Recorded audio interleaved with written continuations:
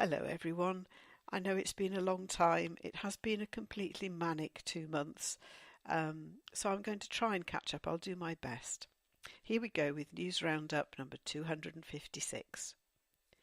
The days of a family gathering around the living room TV to watch the latest hit show are becoming a thing of the past, according to latest research. An article in The Guardian reports on figures by media watchdog Ofcom, which show that more and more people are binge-watching strings of episodes. 45% of people now watch a programme or film alone every day, while 9 in 10 watch alone every week, and a third of Britons say members of their household sit together in the same room watching different programmes on different devices. This change is because of the number of devices, such as televisions, tablets and smartphones, in homes, increasing internet speeds and the growth of on-demand streaming services such as BBC iPlayer, Netflix and Amazon Prime Video. 8 in 10 adults in the UK, that's 40 million people, say they use catch-up technology such as BBC iPlayer or subscription services such as Netflix to watch more than one episode of a programme such as Orange is the New Black, Stranger Things or Game of Thrones. I have to hold my hand up here and say I have done that with Game of Thrones, but then who hasn't? The UK is getting a new £5 coin, and the Daily Mirror tells us that it will feature a portrait of the only person to be awarded the Victoria Cross twice during the First World War. Captain Noel Godfrey Chavas will feature on one of the Royal Mint's new 6 precious metal coins, which tell the story of the First World War 100 years on. He was awarded his medals for bravery at the Battle of the Somme in 1916 and a year later at Passchendaele, where he lost his life. Anne Jessup, the Royal Mint's Director of Consumer Business, said, "The Royal Mint has a long association with the military, having made medals for military campaigns since 1815. The Royal Mint will have made Captain Noel Chavaz's military cross, for example, so we are honoured this year to be reflecting on his bravery and other poignant First World War themes from 1917, 100 years on." Grandmother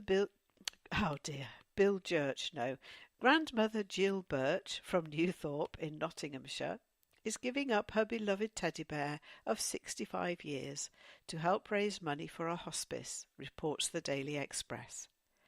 The paper says that Jill was given John David Martin as a first birthday present by her grandmother, but she has now handed the teddy over to celebrity auctioneer Charles Hanson from BBC's Bargain Hunt and Flog It, who will auction it off later this month.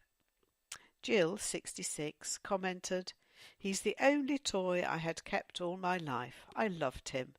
I never liked dolls, so I always played with him. I called him John David Martin as I liked the names, and I wanted a brother. I was an only child." Jill was attending a charity event for Nottinghamshire Hospice when she came across Mr. Hanson. "I know several little girls with brothers who would beg to differ with her, but there you go." How embarrassing. 7 trainee priests who walked into a bar for a drink were asked to leave because staff thought they were on a stag do.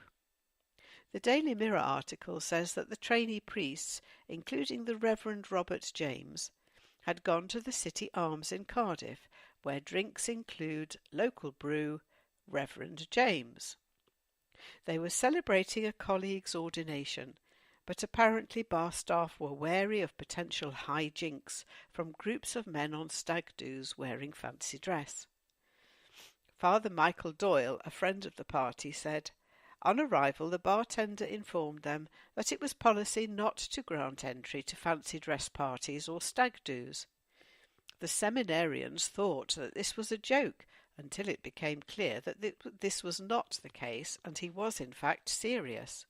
Fortunately, as they were leaving, An assistant manager approached to double-check their credentials, and they were allowed to stay. The Independent tells us that a little-known network of tunnels caused a sinkhole in the car park of a primary store in Thanet, Kent, and a local history group reckon they date back to the Second World War. Thanet Hidden History Facebook group claims it is the second time in 3 years that the ground has sunk because of the tunnels.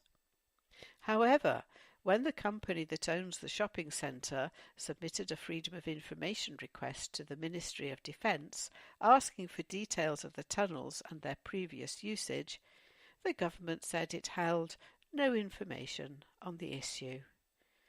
I'm afraid to say at the moment that's the case on several issues that this government is involved in. But that's another story. And let me just apologise if I've been sniffing today. The pollen count's really high today, so unfortunately it's left me with a bit of a sniffly nose. Hope you enjoyed that, and I look forward to hearing your versions. Take care, everyone. Bye-bye.